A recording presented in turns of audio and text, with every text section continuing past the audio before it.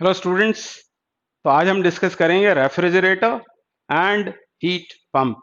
इसके पहले हमने कार्नोट साइकिल और कार्नोट इंजन की एफिशिएंसी का फॉर्मूला डिराइव किया। रेफ्रिजरेटर पढ़ने के लिए सबसे पहले आपके दिमाग में एक बात ये होनी चाहिए कि Carnot cycle is a perfectly reversible cycle. It can work as a heat engine as well as a refrigerator. मतलब रेफ्रिजरेटर और हीट इंजन दोनों में कार्नोट साइकिल ऑपरेट होती है। पहली बात ये दिमाग में होनी चाहिए।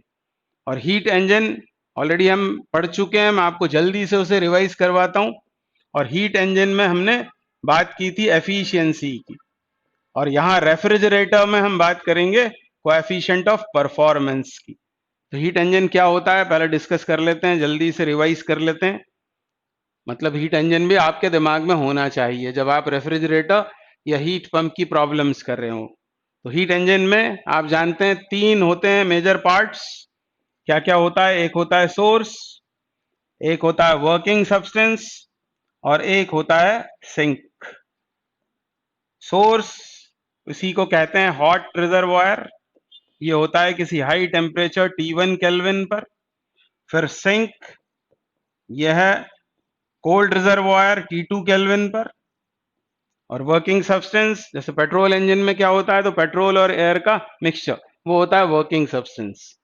और हमने पढ़ा था कि हीट इंजन में वर्किंग सब्सटेंस सोर्स से Q1 एनर्जी अब्सॉर्ब करता है। Working substance absorbs Q1 from the source, it does some work W, and rest of the energy is rejected to the sink. तो Q1 यह है energy absorb from the source, W is work done by the working substance जिसको हम फिर use कर लेते हैं किसी व्हीकल के व्हील्स में, और बची हुई एनर्जी सिंक को चली जाती है। और इसमें फर्स्ट लॉ ऑफ थर्मोडायनामिक्स लगाकर या कंजर्वेशन ऑफ एनर्जी लगाकर हम कह सकते हैं कि Q1 is equal to W plus Q2। तो कंजर्वेशन ऑफ एनर्जी पर बेस्ड है या फर्स्ट लॉ ऑफ थर्मोडायनामिक्स पर बेस्ड है। फिर हमने एफिशिएंसी इसकी फाइंड आउट की थी। एफिशिएंसी को डिनोट करते हैं ईटा से, और वो डेरिवेशन के बाद हमको मिला था एफिशिएंसी ऑफ हीट इंजन या एफिशिएंसी ऑफ कार्नोट साइकिल कितनी मिली थी?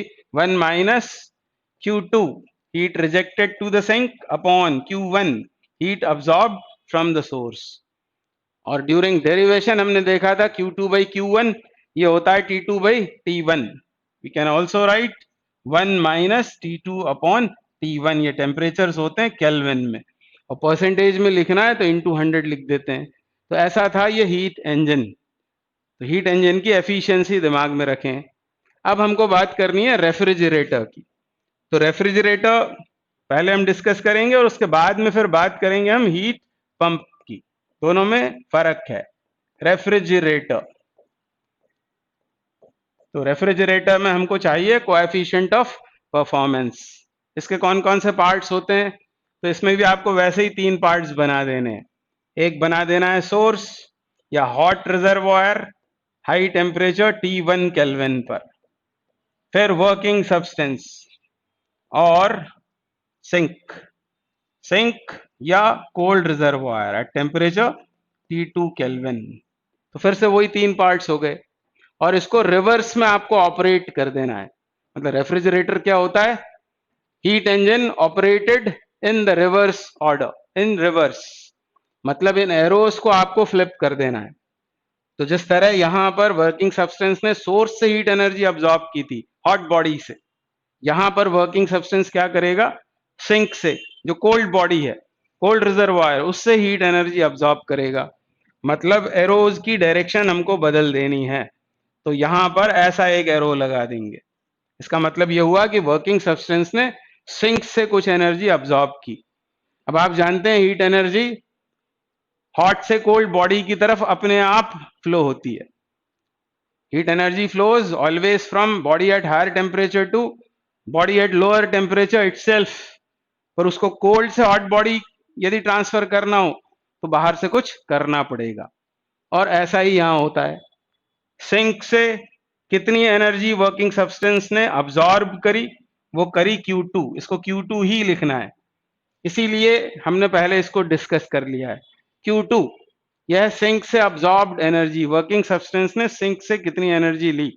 फॉर एग्जाम्पल हमारे घर में जो फ्रिज हम यूज करते हैं, इसको फ्रिज क्यों कहते हैं, क्योंकि एक अमेरिकन कंपनी है फ्रिज डेयर, उसने सबसे पहले इसको डेवलप किया था, इन्वेंट नहीं किया था, डेवलप किया था, तो इसीलिए उसको फ्रिज कहते हैं। तो हमारे घर में जो हम फ्रिज यूज करते हैं उसमें सिंक या कोल्ड रिजर्वायर क्या होता है, वो होता है हॉट, वो होता है आइस क्यूब्स।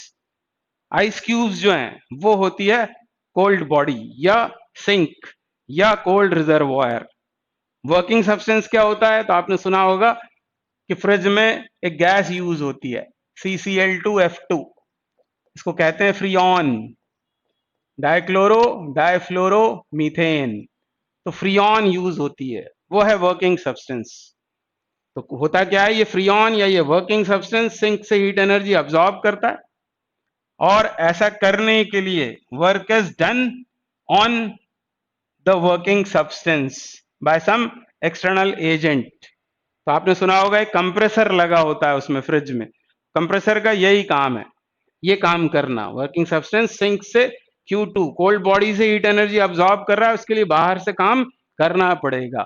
तो work is done on the working substance या on the refrigerator by some external means. Motor करती है ये काम, कंप्रेसर ये काम करता है, वर्किंग सब्सटेंस होता है फ्रियॉन, और ये जो सोर्स है उसको heat energy, large amount of heat energy is rejected to the source which is Q1। तो आप देख रहे हैं एरोस को हमने उल्टा कर दिया है, एरोस सब हमने पलट दिए हैं। तो जब भी रेफ्रिजरेटर हो दिमाग में या इसका कोई क्वेश्चन सॉल्व करना हो तो ये डायग्राम हमारे दिमाग में होना चाहिए। Q1 से सिंक से T2 केल्विन वाले सिंक से Q2 एनर्जी अब्सॉर्ब हुई, और क्या हुआ, उसके ऊपर वर्क डन हुआ W, और large amount of heat is rejected to the body at higher temperature, hot body या हॉट रिजर्वायर, उसको कितनी हीट एनर्जी ट्रांसफर हो गई, रिजेक्ट हो गई, Q1। तो ये डायग्राम दिमाग में होना चाहिए।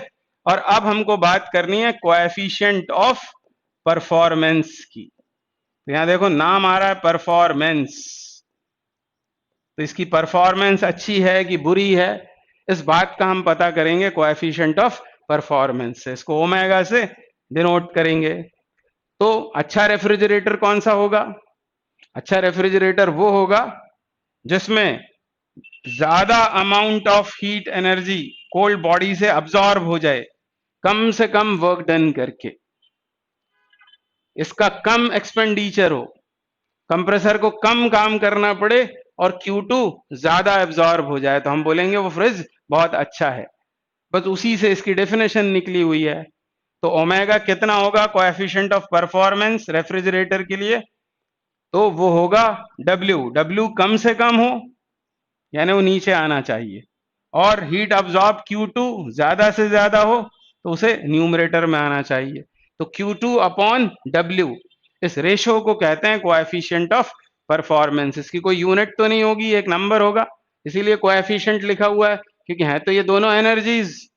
तो कहने का मतलब यह है कि कम से कम वर्क डन से ज्यादा एनर्जी यदि कोई रेफ्रिजरेटर अब्सॉर्ब कर रहा है, रेफ्रिजरेटर मैं कह रहा हूं, हीट पंप में कुछ अलग हो जाएगा, वहां पर फिर वो Q1 अपॉन W होगा, उसकी बात हम बाद में करेंगे, अभी हम बात कर रहे हैं रेफ्रिजरेटर की। तो coefficient of performance of a refrigerator is Q2 upon W। Q2 is amount of heat absorbed from the sink, और W क्या है, work done on the working substance. तो Q2 अपॉन W इसको कहते हैं हम ओमेगा। अब आप जानते हैं इसमें भी हम फर्स्ट लॉ तो लगा ही सकते हैं, या एनर्जी कंजर्वेशन से हम क्या लिखेंगे, Q2 यह हीट एनर्जी जो अब्सॉर्ब हुई, Q2 plus W is equal to होगा Q1, एज ऑब्वियस, ये लगा दिया हमने कंजर्वेशन ऑफ एनर्जी, और इसमें से W कितना होगा, तो W होगा Q1 माइनस Q2, और यहां सब्सटीट्यूशन कर लेते हैं। तो ओमेगा, इसका आपको मतलब आया ना समझ में, ओमेगा क्या होता है, फिर से बोलता हूं मैं, अच्छा परफॉर्म कर रहा है कोई रेफ्रिजरेटर, इसका मतलब क्या है कि कम से कम W के खर्चे से ज्यादा से ज्यादा Q2 अब्जॉर्ब हो गया तो हम बोलेंगे उसकी परफॉर्मेंस बहुत अच्छी है। प्रैक्टिकली 5 to 7 मिलती है रेफ्रिजरेटर्स की परफॉर्मेंस, 5 to 7। तो बस इस W की वैल्यू वहां पर रख देते हैं, तो Q2 upon Q1 minus Q2 ऐसा हो गया। आगे इसको सॉल्व करें तो Q2 को नीचे ले जाना पड़ेगा, तो 1 upon Q1 upon Q2 minus 1, और Q1 अपॉन Q2 क्या होता है, तो जिस तरह यहां हुआ था हीट इंजन में, Q1 अपॉन Q2 वो था T1 अपॉन T2। यही वैल्यूज हमने वहां भी ले ली हैं, तो आपको याद आ जाएगा T2 मतलब क्या, सिंक का टेम्परेचर, सोर्स T1 केल्विन पर, Q1 जो यहां पर बोलेंगे सोर्स से हीट एनर्जी अब्सॉर्ब की, यहां बोलेंगे कि सोर्स को कितनी रिजेक्ट हुई, बस इतना फर्क आ जाएगा। तो इसको हम क्या लिख सकते हैं, इसको हम लिख सकते हैं T1 upon T2, T1 upon T2 minus 1।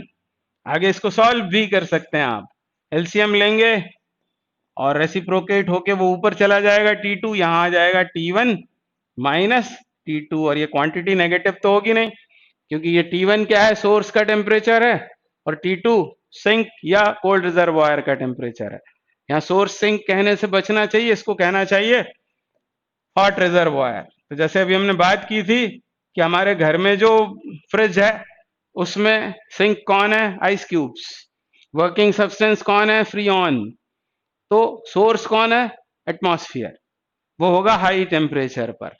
और यहां हमारा ऑब्जेक्टिव क्या है रेफ्रिजरेटर में, वो जो कोल्ड बॉडी है उससे हीट एनर्जी अब्सॉर्ब करना, मतलब सराउंडिंग से उसके टेम्परेचर को और कम करते चले जाना। सब्जियां या कुछ सामान हम फ्रिज में रखते हैं तो वही होती हैं कोल्ड बॉडीज, उन्हीं से ये फ्रीऑन हीट एनर्जी अब्सॉर्ब करती है और उसको एटमॉस्फेयर में रिजेक्ट कर देती है, तो वो चीजें ठंडी हो जाती हैं। बस यही होता है रेफ्रिजरेटर। तो ये इसका ओमेगा का फॉर्मूला हो गया। अब इस पर बेस्ड क्वेश्चन आते हैं, मान लो फॉर्मूला कभी भूल भी जाएं तो कोई फिक्र की बात नहीं है, ये डायग्राम बस बना लेना है। हीट इंजन का सवाल हो तो इसको बना लो, और रेफ्रिजरेटर हो तो इन एरोस को बस आप फ्लिप कर दो। और कोफिशिएंट ऑफ परफॉर्मेंस वो भी कॉमन सेंस से हम बता सकते हैं। कोफिशिएंट ऑफ परफॉर्मेंस जब बोलेंगे अच्छा परफॉर्म कर रहा है या बुरा, तो यहां पर हमको बाहर से कितना वर्क डन करना पड़ रहा है, W क्या करने के लिए, कोल्ड बॉडी से हीट एनर्जी Q2 अब्सॉर्ब करने के लिए। तो कम से कम W से यदि ज्यादा से ज्यादा Q2 मिलता है तो हम बोलते हैं उसकी परफॉर्मेंस अच्छी है। तो अपने आप डेफिनेशन बन जाएगी omega is equal to Q2 upon W। और फिर यहां पर लगा देंगे हम ये फर्स्ट लॉ या conservation of energy, W find out करके यहां पर आ जाएंगे आप।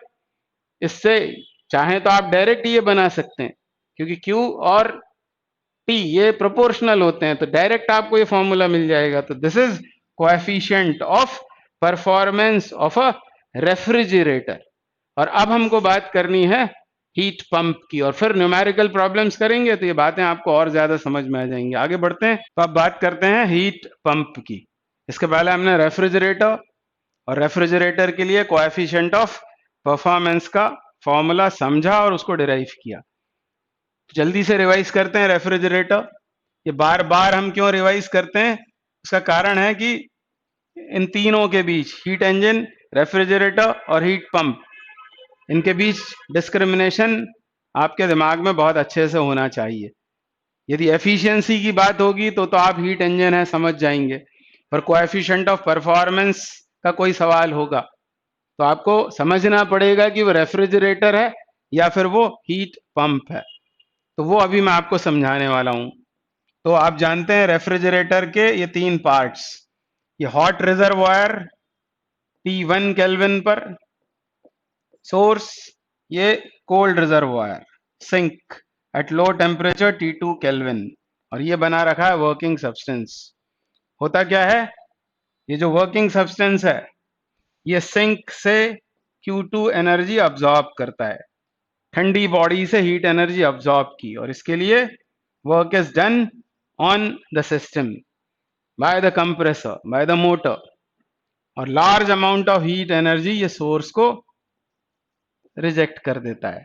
तो ऐसा डायग्राम दिमाग में आ जाए आपके, हीट इंजन होगा तो ये एरोस पलट देंगे, एफिशिएंसी की बात होगी। अब जब इस मशीन को एज अ रेफ्रिजरेटर हम यूज करते हैं, जो ऑलरेडी हम डिस्कस कर चुके हैं, जब हम इसे रेफ्रिजरेटर के तौर पर यूज कर रहे होते हैं, तब हमारा ऑब्जेक्टिव क्या होता है? कोल्ड बॉडी को और कोल्ड करना। जैसे घर में जो फ्रिज होता है उसमें जो सामान हम रखते हैं खाने पीने का, वो है कोल्ड बॉडी, उसे और हमें ठंडा करना होता है। तो हमारा ध्यान जाना चाहिए इस Q2 पर और W पर, जब कोफिशिएंट ऑफ परफॉर्मेंस चाहिए, क्योंकि इसकी परफॉर्मेंस तब अच्छी होगी जब कम से कम वर्क डन के एक्सपेंडिचर से ये ज्यादा से ज्यादा एनर्जी कोल्ड बॉडी से अब्सॉर्ब कर ले। तो ऑब्जेक्टिव क्या है रेफ्रिजरेटर में? To keep the cold body colder than the surrounding, surrounding से भी और ठंडा बनाए रखना, ये ऑब्जेक्टिव होता है when we use this machine as a refrigerator. और तब कोएफिशिएंट ऑफ परफॉर्मेंस हमने निकाला था, भूल जाएं तो कैसे याद लाएंगे? इसी लॉजिक से कि कम से कम W और ज्यादा से ज्यादा Q2, और फिर इसको सॉल्व कर लेंगे। W आपको यहीं से मिल जाएगा, इन तीनों के बीच रिलेशन आपको पता है, तो W निकल आता है। और फिर जब इसको सॉल्व करते हैं तो हमारा आंसर ये आया था, T2 upon T1 minus T2। ये फॉर्मूला उसी समय डिराइव हो जाएगा। तो ये है रेफ्रिजरेटर का कोएफिशिएंट ऑफ परफॉर्मेंस। और अब coefficient of performance heat pump का चाहिए हमको। When the machine is used as a heat pump, तब हमारा ऑब्जेक्टिव अलग है। अब हमको करना क्या है? गर्म को और गर्म करना है, हॉट बॉडी को वार्मर देन सराउंडिंग रखना है। ये हॉट बॉडी, इसको और ज्यादा गर्म करना है, मतलब अब हमारा ध्यान इस पे जाना चाहिए, W पर और Q1 पर। यदि हम एज अ हीट पंप उसे यूज कर रहे हैं, तो इसी मशीन को जब हीट पंप जैसा यूज करेंगे, तब हमारा ऑब्जेक्टिव क्या है? To keep hot body warmer than the surroundings. तो सराउंडिंग मतलब एटमॉस्फियर से और ज्यादा इसको बनाए रखना है। मान लो जैसे किसी कमरे को ठंडा करना है, तो हम उसे यूज कर रहे हैं एज अ रेफ्रिजरेटर, या कमरे में जो हवा है उसे गर्म करना है, तब हम उसे यूज करेंगे एज अ हीट पंप। तो ऑटोमेटिक वाल्व लगाकर वो पाइपिंग को चेंज करके एक ही मशीन को दोनों कामों के लिए हम इस्तेमाल कर सकते हैं। तो अब यदि हीट पंप जैसा इसको इस्तेमाल करना है, तो परफॉर्मेंस कैसे निकालेंगे? कोफिशिएंट ऑफ परफॉर्मेंस, तो अब ध्यान इन दोनों पर देना है। हम चाहेंगे कि कम से कम वर्क डन से ज्यादा हीट रिजेक्ट हो सोर्स को। तो Q1 upon W will be the coefficient of performance when this machine is used as heat pump. और बस अब बाकी का काम आप जानते ही हैं, यहाँ आ जाएगा T1, और यहाँ क्या होगा? W की जगह क्या आ जाएगा? तो W इसमें से आप जानते हो कैसे निकाला था हमने, Q2 plus W, Q2 plus W is equal to Q1, और प्रोपोर्शनैलिटी की वजह से Q1 माइनस Q2 को हमने क्या लिख लिया था? T1 minus T2। तो ये हो जाएगा T1 upon T1 minus T2, ये हो जाएगी कोएफिशिएंट ऑफ परफॉर्मेंस। क्या इन दोनों में कुछ रिलेशनशिप होगा ओमेगा और ओमेगा डैश में? ये अगली बात कर रहे हैं। तो omega dash minus omega find out करते हैं। Coefficient of performance when this machine is used as a heat pump, omega dash, minus coefficient of performance when it is used as refrigerator, omega dash minus omega. तो कितना हो जाएगा? तो T1 upon T1 minus T2 है, minus ये करेंगे तो T1 minus T2 होगा LCM, T1 minus T2 will be LCM. फिर क्या आएगा? T1 माइनस T2 आ जाएगा न्यूमरेटर में, यानी ये बन गया 1। इसका मतलब omega dash is 1 plus omega, ऐसा रिलेशन आ गया दोनों के बीच में। अब क्योंकि ये ओमेगा ये पॉजिटिव क्वांटिटी है, और ये पॉजिटिव क्वांटिटी है, तो हमेशा 1 के साथ में वो ऐड ही होगी, यानी ओमेगा डैश जो है वो हमेशा ग्रेटर देन 1 होगा। और इसका मतलब ये हमेशा ही फायदे की मशीन है। जब उसे हीट पंप जैसा यूज करेंगे तो कोफिशिएंट ऑफ परफॉर्मेंस 1 से ज्यादा ही मिलेगा। इसका मतलब Q1 will be larger than W। Come work done के एक्सपेंडिचर से ज्यादा एनर्जी सोर्स को रिजेक्ट की जा सकती है। तो ये फॉर्मूले ध्यान रखें। अब हम आएंगे प्रॉब्लम्स के ऊपर। प्रॉब्लम्स करेंगे तब भी हम इन फॉर्मूलों को डिराइव करेंगे ताकि वो अच्छे से दिमाग में आपके पास रहें, आपको इनको रटना ना पड़े। आगे बढ़ेंगे, अब करेंगे प्रॉब्लम्स। तो अब हम न्यूमेरिकल प्रॉब्लम्स करेंगे रेफ्रिजरेटर एंड हीट पंप पर बेस्ड। पहली problem, a refrigerator freezes water at 0 degree Celsius into 10 kg ice at 0 degree Celsius in a time interval of 30 minutes. Assuming room temperature to be 22 degree Celsius, calculate the minimum amount of power needed to make 10 kg ice. ऐसा बोला हुआ है कि 10 kilogram का पानी है, 10 kg water किस temperature पर, एट 0 डिग्री सेल्सियस, और एक रेफ्रिजरेटर इस वाटर को कन्वर्ट करता है into 10 kg ice eight 0 degree Celsius. ये पानी था अपने फ्रीजिंग पॉइंट पर, इसमें से कुछ एनर्जी रेफ्रिजरेटर के वर्किंग सब्सटेंस ने अब्सॉर्ब की होगी और उसको कन्वर्ट कर दिया है into 10 kg ice eight 0 degree Celsius. तो कैलोरीमीटरी से याद लाएं कि ये हीट एनर्जी कितनी अब्सॉर्ब हुई होगी, उसको वर्कआउट करेंगे हम ml के फॉर्मूले से, क्योंकि स्टेट चेंज हो रही है। तो पहले ये Q कैलकुलेट कर लेते हैं। तो Q is equal to ml। अब मास कितना है 10 kg और L क्या है, लेटेंट हीट ऑफ फ्यूजन जो होती है 80 कैलोरी पर ग्राम। तो यूनिट्स पर ध्यान देंगे, उसको हम कन्वर्ट करेंगे जूल पर केजी में, होती है वो कैलोरी पर ग्राम, उसको जूल पर केजी में कन्वर्ट करेंगे। तो 80 कैलोरी पर ग्राम, कैलोरी का बनाते हैं जूल और नीचे जो ग्राम है उसका किलोग्राम। तो ये आंसर किस में आएगा, जूल पर केजी। केजी केजी कैंसिल होकर ये जो एनर्जी है वो आ जाएगी जूल में। तो ये हमने क्यू फाइंड आउट कर लिया। अब बात हो रही है रेफ्रिजरेटर की। फाइंड आउट क्या करना है हमको, पार, मतलब हमको वर्क डन की जरूरत पड़ेगी, work done per unit time, वो हमको कैलकुलेट करना है। तो रेफ्रिजरेटर को दिमाग में लाएं, ये था उसका वर्किंग सब्सटेंस, ये था सोर्स, ये था सिंक, जानते हैं आप ये T2 केल्विन पर सिंक, T1 केल्विन पर सोर्स। हीट एनर्जी अब्सॉर्ब हुई Q2, उस पर कुछ वर्क डन करना पड़ा W, और ये होगा Q1 जो रिजेक्ट होगी हॉट बॉडी को, हॉट रिजर्वॉयर को। तो आपको सब पता है, ओमेगा आप जानते हैं, इसका ओमेगा कितना होगा, भूल जाएं तो ऐसे याद लाएं कि ये रेफ्रिजरेटर है, ओमेगा मतलब Q2 अपॉन W, ये हम डिस्कस कर चुके हैं। अब Q2 को हम लिख सकते हैं T2 और W क्या होगा T1 माइनस T2। ये फॉर्मूला डायरेक्ट याद आ जाए तो इसको डायरेक्ट यूज कर लें। अब यहां पर कोल्ड रिजर्वॉयर कौन है, तो वो है वाटर एट 0 डिग्री सेल्सियस, और एटमॉस्फेयर वो हॉट बॉडी हो जाएगी 22 डिग्री सेल्सियस पर। डिग्री सेल्सियस में है, इनकी वैल्यूज हमको यहाँ केल्विन में सब्स्टिट्यूट करना पड़ेगी। ये फॉर्मूला हमको यूज करना है, और Q2 हमने ऑलरेडी पता कर लिया है, इसमें से W भी निकल आएगा। तो W इज इक्वल टू क्या लिख सकते हैं हम, Q2 into T1 minus T2 upon T2, ऐसा फॉर्मूला बना लें। अब Q2 को ये सब्स्टिट्यूशन यहाँ पर कर देते हैं। Q2 कितना है, तो है 10, यानी इसको 800 लिख सकते हैं या इसको 42 लिख लें। तो 80 into 42 upon 10 to the power minus 3, ये मैंने सब्स्टिट्यूट किया है Q2। अब T1 मतलब कौन होता है, सोर्स, जो यहाँ कितना दे रखा, 22 डिग्री सेल्सियस। तो 273 में 22 जोड़ना पड़ेंगे, तो ये हो जाएगा 295। तो ये हो गया 295 माइनस, अब T2 मतलब कौन, सिंक, यानी कोल्ड बॉडी, और वो है 0 डिग्री सेल्सियस मतलब 273, 273 अपॉन, नीचे क्या आएगा T2 मतलब फिर से 273।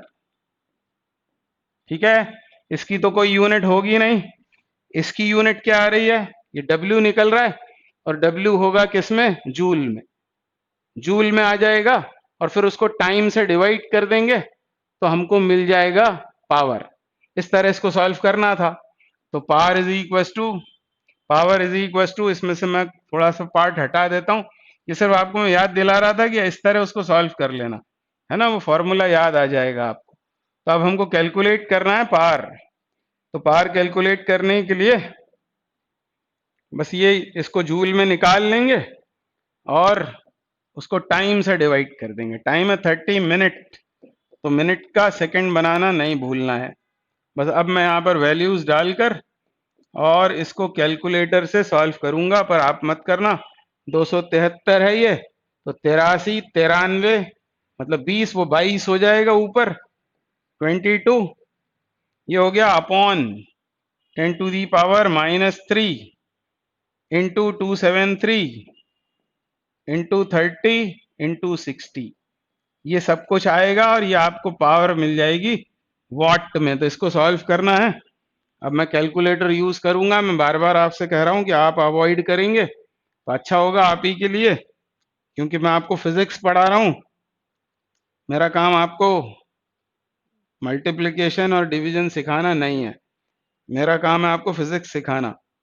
और इसको डिवाइड करना है 273 से, फिर डिवाइड करना है 1800 से, 1800 से डिवाइड करना है। ये कुछ आ रहा है 0.150, ये सब सॉल्व होकर आया 0.150, आगे क्या है 42, ऐसा कुछ आ रहा है। और ये 1000 ऊपर जाएगा 10⁻³ ये आ जाएगा 150 वाट के बराबर। सवाल आपको समझ में आया होगा। मैं फिर से एक बार डिस्कस करता हूँ। एक refrigerator 10 kg water at 0 degree Celsius को कन्वर्ट कर रहा था 10 kg ice eight 0 degree Celsius में। ये इंफॉर्मेशन देने पर आप वो क्यू कितनी एब्जॉर्ब होगी वो निकाल लेंगे। फिर ये फॉर्मूला आपको याद आना चाहिए। हमको पावर चाहिए, मतलब पहले चाहिए वर्क डन। तो आप डायग्राम बना लेना उसका, ब्लॉक डायग्राम, ये निकाल लेना ओमेगा इज Q2/W, इसमें से ये W निकाल लेना। यहाँ पर T1 T2 को केल्विन में सब्स्टिट्यूट करना मत भूलना। W आ जाएगा, फिर उसको टाइम से डिवाइड कर देना। टाइम को सेकंड में होना चाहिए, यहाँ मिनट में दिया हुआ था। तो सॉल्विंग के बाद आपका आंसर आ जाएगा। इसका मतलब amount of power needed is 150 what, in other words 150 joule पर सेकेंड। तो ये इस क्वेश्चन का आंसर हुआ। अब अगला क्वेश्चन करते हैं, question number 2। An electric refrigerator extracts 2000 calorie from ice trays. Ice trays मतलब कोल्ड रिजर्वायर हो गया। उन आइस ट्रेज से 2000 कैलोरी हीट एक्सट्रैक्ट करता है कोई refrigerator. The coefficient of performance is 5, मतलब ओमेगा दे रखा है। The work done by the motor in calories is, तो यहाँ एनर्जी की यूनिट कैलोरी यूज की हुई है। तो करते हैं इसको सॉल्व। तो सोल्यूशन कैसा आएगा इसका, क्या पूछा क्या है हमसे, वर्क डन। तो कोएफिशिएंट ऑफ परफॉर्मेंस किसी रेफ्रिजरेटर की ओमेगा वो होती है Q2। इसमें से Q2 क्या है, वो है हीट एक्सट्रैक्टेड या अब्सॉर्ब, जो दे रखी है 2000 कैलोरी। वर्क डन हमसे पूछा हुआ है, ओमेगा हमको 5 दिया हुआ है। तो बहुत ही आसान क्वेश्चन है। 5 इज इक्वल टू यहाँ आएगा 2000 कैलोरी अपॉन W। तो W कितना होगा 2000/5, दैट मीन्स 400। और 400 यूनिट क्या आएगी, कैलोरी। कभी इसको जूल में पूछ सकते हैं, तो कैलोरी को जूल में फिर कन्वर्ट करना हमको आना चाहिए। तो याद रखो 4.2 जूल इक्वल्स टू 1 कैलोरी। तो ये इस क्वेश्चन का आंसर है। तो अब next question, question number 3। A Carnot engine having efficiency, actually इसको होना चाहिए था ईटा, यहाँ पर ये मिसप्रिंट हुआ है, इसको हमको पढ़ना है ईटा। तो एफिशिएंसी है 1/10 किसी कार्नो इंजन की। As heat engine is used as refrigerator, पहले उसको हीट इंजन जैसा यूज कर रहे थे और अब यूज करने लगे as a refrigerator. If work done on the system is 10 joule, the amount of energy absorbed at lower temperature is. तो जब उसे रेफ्रिजरेटर जैसा यूज करने लगे तब work done on the system है 10 जूल, हमको बताना है amount of energy absorbed at lower temperature is. तो किस तरह सॉल्व करेंगे, जब उस मशीन को हम हीट इंजन जैसा यूज कर रहे थे तब उसकी एफिशिएंसी हमको दी हुई थी, और एफिशिएंसी का फॉर्मूला हमको मालूम है। एफिशिएंसी कितनी होती है हीट इंजन की, वो होती है heat absorbed upon work done. और उसको सॉल्व कर लेते हैं जब, तब वो क्या आ जाता है 1 माइनस T2/T1। ये एफिशिएंसी हमको दे रखी है 1/10। कभी कभी इसको परसेंटेज में भी दिया रहता है, तो फिर इस तरफ हमको 100% लगाना पड़ेगा। हाल फिलहाल इसमें से हम T2/T1 कैलकुलेट कर लेते हैं। T2 क्या है, सिंक का टेम्परेचर, और T1 क्या है, सोर्स का टेम्परेचर। तो इसको ले गए हम RHS में, इसको लाएंगे LHS में। तो 1 माइनस 1/10 यानी this comes out to be 9/10, और इसको रेसिप्रोकेट करके रख लेते हैं। T1/T2 is equal to 10/9। ये इक्वेशन 1 हो गई, जब उस मशीन को हम हीट इंजन जैसा यूज कर रहे थे। अब जब उसे रेफ्रिजरेटर जैसा यूज करने लगे, तब क्या होगा, तब आपको ये डायग्राम याद आ जाएगा। सोर्स, ये sink, work done on the system, ये एनर्जी होती थी Q2, ये हो जाएगी Q1। शॉर्ट में मैंने इसको बना दिया है, लिख दिया है। यही है ना रेफ्रिजरेटर। और रेफ्रिजरेटर के लिए वर्क डन दे रखा है हमको 10 जूल। ये 10 जूल दे रखा है amount of energy absorbed at lower temperature, मतलब Q2 हमसे पूछा हुआ है। Q2 हमसे पूछा हुआ है, और ये दे रखा है कोएफिशिएंट ऑफ परफॉर्मेंस। रेफ्रिजरेटर के लिए क्या होता है, तो कैसे याद आएगा, Q2 अपॉन W, ऐसे याद आएगा। और W कैसे निकालोगे, तो इन तीनों में रिलेशन याद आ जाए आपको। W plus Q2 is equal to Q1, तो Q1 माइनस Q2, तो Q2 upon Q1 minus Q2। और ये टेम्परेचर्स के प्रोपोर्शनल होते हैं, तो यहाँ क्या लिख दोगे, T2, यहाँ T1, यहाँ T2 is equals to Q2, या आप T2 भी इसको लिख सकते हैं, कोई बात नहीं। T2 अपॉन W या Q2 अपॉन W, ऐसा लिख लिया। अब हमें वैल्यू किसकी पता है, T1 अपॉन T2 की वैल्यू मालूम है, तो इसको ऐसा लिख सकते हैं ना, 1 upon T1 upon T2, that is 10/9 minus 1। और इसको सॉल्व करें, ये कितना हो जाएगा, ये हो जाएगा 9 के बराबर सॉल्विंग पर, क्योंकि वो आएगा 1/9, रेसिप्रोकेट होके वो 9 बन गया। तो Q2 upon W is 9 Q2, और Q2 ही है हीट अब्सॉर्ब जो हमसे पूछा हुआ है। तो Q2 बराबर 9W हो जाएगा, और W दे रखा है 10 जूल, तो ये हो गया 90 जूल के बराबर। तो ये इसका आंसर होगा, ऑप्शन बी करेक्ट हो गया। तो इस तरह से आपको वहां तक पहुंच जाना है, यानी ये थ्योरी भी आपको दिमाग में होनी चाहिए, किस तरह फॉर्मूले आए हुए हैं ये मालूम होना चाहिए। तो अब नेक्स्ट प्रॉब्लम करेंगे, प्रॉब्लम नंबर 4। क्या बोल रहे हैं, refrigerator works between 4 degree Celsius and 30 degree Celsius. तो ये किसका टेम्परेचर है, कोल्ड रिजर्वायर का, और ये है हॉट रिजर्वायर का टेम्परेचर। आगे क्या बोल रहे हैं, आगे बोल रहे हैं it is required to remove 600 calories of heat every second in order to keep the temperature of the refrigerator space constant.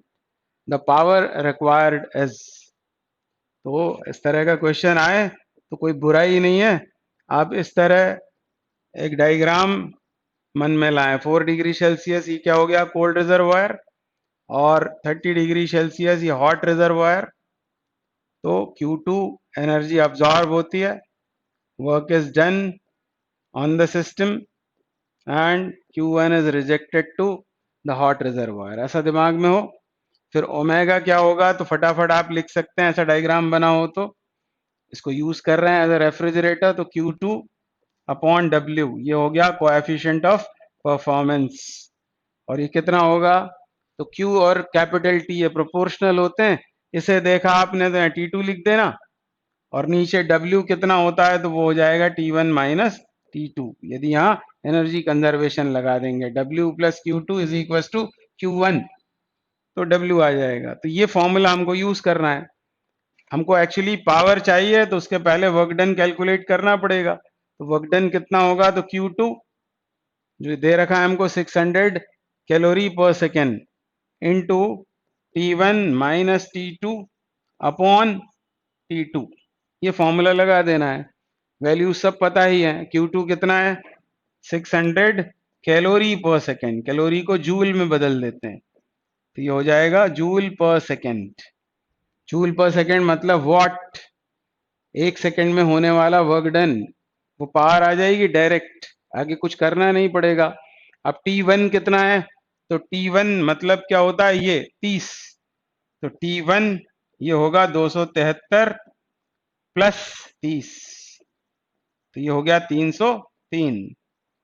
और T2 मतलब ये 4, तो T2 कितना हो जाएगा 277 केल्विन, ये दोनों केल्विन में आई वैल्यूज। तो T1 मतलब 303, 303 माइनस 277 अपॉन इसका डिवाइड करना है T2 का, मतलब ये 277, इसकी तो कोई यूनिट होगी नहीं, तो वर्क डन आ जाएगा जूल पर सेकंड में, मतलब आपको पावर मिल जाएगी, कैलकुलेट हो जाएगी पावर। तो वर्क डन, अब आगे इसको यहाँ सॉल्व करें तो यह है 600 इंटू 4.2, फिर 277 है ये, तो 77 मतलब 23 और 3 ये 26 बन जाएगा ऊपर, और नीचे है 277, 277 जूल पर सेकेंड, मतलब ही ये हो गई वॉट में, तो यही आंसर होगा। इसको मैं कैलकुलेटर से सॉल्व कर देता हूँ। 600 इंटू 4.2 इंटू 26 डिवाइडेड बाई 277, तो ये आ रहा है 236.5, इसका मतलब ऑप्शन सी करेक्ट हो जाएगा। आसान सवाल है, अभी तक आप देख रहे हैं सभी कोएफिशिएंट ऑफ परफॉर्मेंस पर पूछे जाते हैं प्रॉब्लम्स। आगे बढ़ते हैं। अब नेक्स्ट क्वेश्चन, क्वेश्चन नंबर 5 क्या बोल रहे हैं, refrigerator A works between -10 and +27 degree Celsius, while refrigerator B works between -20 degree Celsius and +17 degree Celsius, both removing 2000 joule from the freezer. Which of the two is a better refrigerator? तो हमको ओमेगास find out कर लेने चाहिए ए और B दोनों के लिए, और जिसका ओमेगा ज्यादा होगा वो रेफ्रिजरेटर बेटर हो जाएगा। रेफ्रिजरेटर ए के लिए ये दिए हैं हमको T1 T2, तो पहले ओमेगा लिखें ए का, वो क्या होता है, वो होगा T2 upon T1 minus T2। अब T2 क्या होगा, कोल्ड रिजर्वायर का टेम्परेचर, मतलब -10 डिग्री सेल्सियस, इसको केल्विन में कन्वर्ट करेंगे तो 273 प्लस -10 मतलब वो हो जाएगा 263, ये केल्विन में आ गया। डिनोमिनेटर में T1 मतलब 273 में 27 जोड़ने पड़ेंगे, यानी 300 हो गया वो, माइनस 263, इसको कैलकुलेट करने पर ओमेगा ए आएगा। अब ओमेगा बी निकाल देते हैं, फॉर्मूला यही लगाना है। T2 कितना है रेफ्रिजरेटर बी के लिए, यह है कोल्ड रिजर्वायर, तो 273 माइनस 20 यानी 253 हो जाएगा ये। और डिनोमिनेटर में T1 17 दे रखा है, तो वो 290 हो जाएगा, माइनस 253। इसको सॉल्व करेंगे और फिर कंपेयर कर देंगे। मैं कैलकुलेटर से इसको कैलकुलेट करता हूँ, ये कितना होगा, 263 है ये, 263 डिनोमिनेटर में 63 है तो 37 नीचे बच जाएगा 37, और इधर क्या होगा 253 है न्यूमरेटर में, और डिनोमिनेटर में ये 253 मतलब कितना हो गया 70 60 70 80 90, ये भी 37 ही होगा। तो वैसे तो कंपैरिजन से समझ में आ रहा है दोनों के डिनोमिनेटर सेम है, न्यूमरेटर इसका ज्यादा है ओमेगा ए का, यानी omega A is greater than omega B, this means refrigerator A is better than B. और वैल्यूज आप चाहें तो निकाल लेंगे, पूछी होगी तो निकाल भी सकते हैं। 263 डिवाइडेड बाय 37, दिस गिव्स 7.108, 7.1, और यहाँ क्या होगा 253, 253 डिवाइडेड बाई 37, दिस गिव्स 6.83। तो इन वैल्यूज से भी पता लग रहा है omega A is greater than omega B, and so refrigerator A is better than B. अभी अगला question, question number 6, a Carnot heat engine has an efficiency of 10%, percentage में एफिशिएंसी दी हुई है, आगे बोल रहे हैं if the same engine is worked backwards is obtain a refrigerator। तो ऑब्वियसली उसको बैकवर्ड डायरेक्शन में यदि हम ऑपरेट करेंगे तो वो रेफ्रिजरेटर बन जाएगा। Then find the coefficient of performance, omega हमको फाइंड आउट करना है उस रेफ्रिजरेटर का। इनिशियली बोला हुआ है कि वो एक हीट इंजन है जिसकी एफिशिएंसी ईटा वो दे रखी है 10%। तो एफिशिएंसी का फॉर्मूला लगाएं 1 माइनस T2 अपॉन T1, पर ये क्योंकि दे रखी है परसेंटेज में तो इंटू 100 कर देंगे। ये दे रखी है हमको 10%, इसको सॉल्व करेंगे तो 1 minus T2 upon T1 is equal to 1/10, और इसलिए T2 अपॉन T1 कितना हो जाएगा, तो ये 1 माइनस 1/10 यानी 9/10। हमको आगे जरूरत पड़ेगी T1 अपॉन T2 की, तो वो है 10/9। ये हो गई इक्वेशन 1। हमको चाहिए ओमेगा जब उसको रेफ्रिजरेटर जैसा यूज कर रहे हैं। तो स्टेप 1 हुई। स्टेप 2 में ओमेगा का फॉर्मूला लिखते हैं। क्या होता है वो होता है T2 upon T1 minus T2। यह है ओमेगा रेफ्रिजरेटर का परफॉर्मेंस। तो 1 upon T1 upon T2 minus 1, इसे ऐसा भी लिख सकते हैं T2 को जब डिनोमिनेटर में ले जाएंगे। तो ये हुआ 1 अपॉन T1 बाई T2, 10/9 है, माइनस 1, तो ये कितना हो जाएगा, ये होगा 1 अपॉन, सॉल्व करें तो ये हो जाएगा 1/9। तो फाइनली ये आ गया 9। यानी ओमेगा जब उस हीट इंजन को रेफ्रिजरेटर जैसा यूज करते हैं तो कोएफिशिएंट ऑफ परफॉर्मेंस 9 निकल कर आता है। यानी बहुत अच्छा रेफ्रिजरेटर है ये। अब next question, question number 7।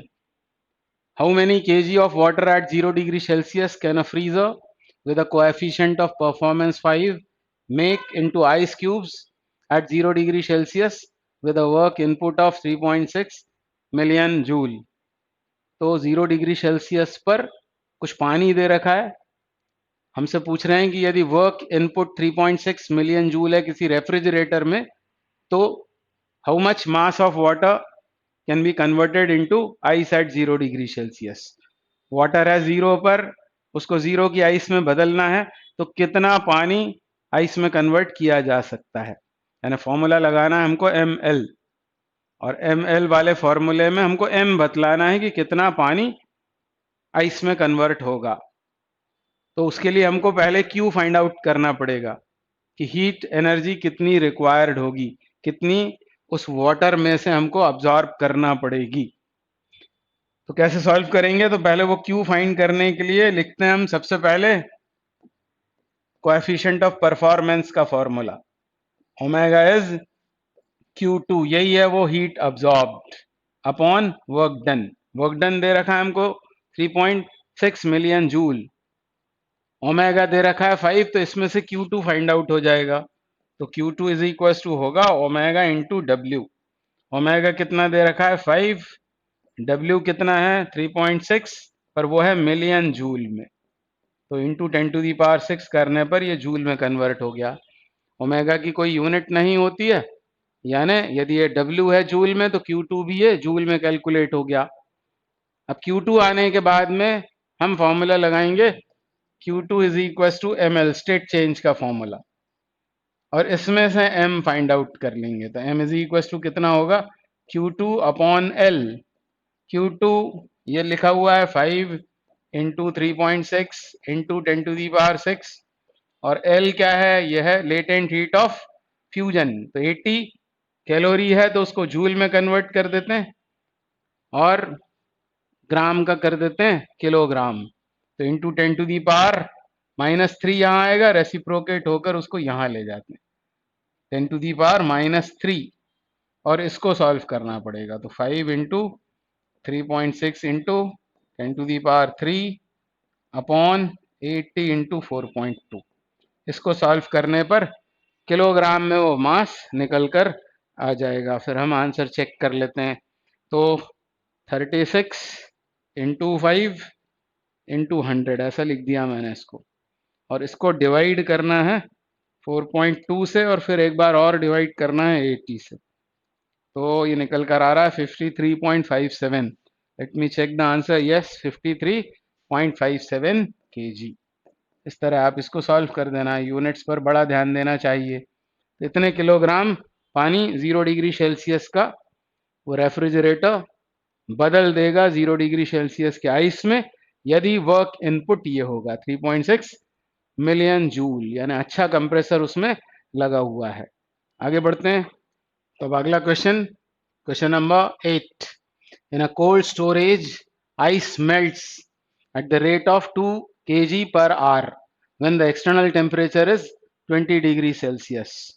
the hot reservoir का temperature है। find the minimum power output of the motor used to drive the refrigerator which just prevents the ice from melting। उस आइस को यदि प्रिवेंट करना है मेल्टिंग से तो क्या करना पड़ेगा, उसके टेम्परेचर को 0 पर बनाए रखना पड़ेगा।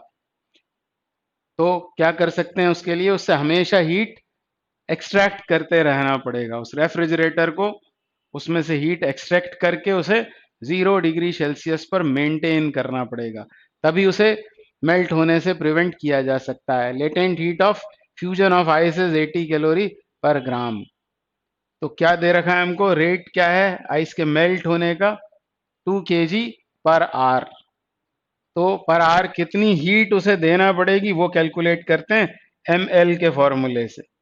Q is equal to M L के फॉर्मूले से। अब यहां मास नहीं दिया है, हमको दिया है 2 kg पर आर, मतलब ही 1 आवर में 2 kg मास मान लो मेल्ट होने से प्रिवेंट किया जाता है। तो यहां हमने डाल दिया है kg पर आर। और लेटेंट हीट वो दे रखी है 80, पर वो है कैलोरी पर ग्राम में। तो कैलोरी का हम बनाते हैं ये जूल, 4.2 का मल्टीप्लीकेशन, तो ये किस में कन्वर्ट हो गया, जूल में।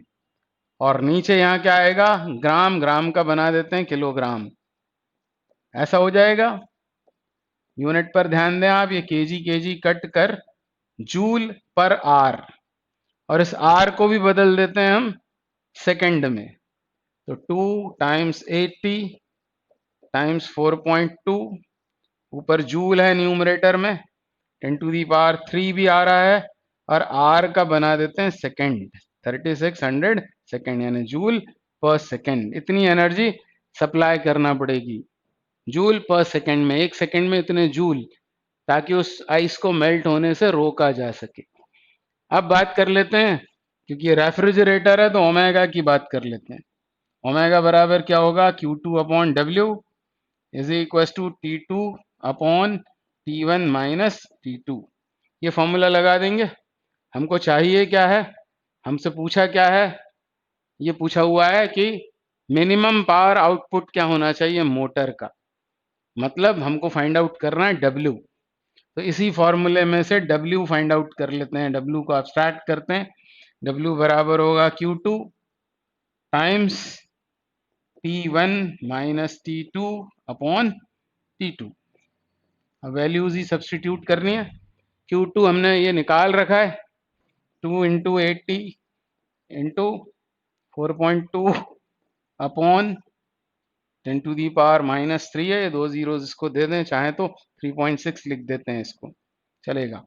फिर T1 माइनस T2, T1 क्या होता है, तो एटमॉस्फेयर, मतलब 293 लेना पड़ेगा, 293, और आइस मतलब 273 अपॉन क्या होगा, ये T2 273। इसको आपको सॉल्व करना पड़ेगा, तो आपको मिलेगा वो मिनिमम पावर आउटपुट, क्योंकि ये जो कैलकुलेट किया हमने Q, ये जूल पर सेकंड, या ये किस में है, ऑलरेडी ये वॉट में है, वॉट में आंसर आ जाएगा, इसकी तो कोई यूनिट होती नहीं है। तो बस इसको सॉल्व कर देना है। मैं आपको आंसर बता देता हूँ क्या होगा इसका।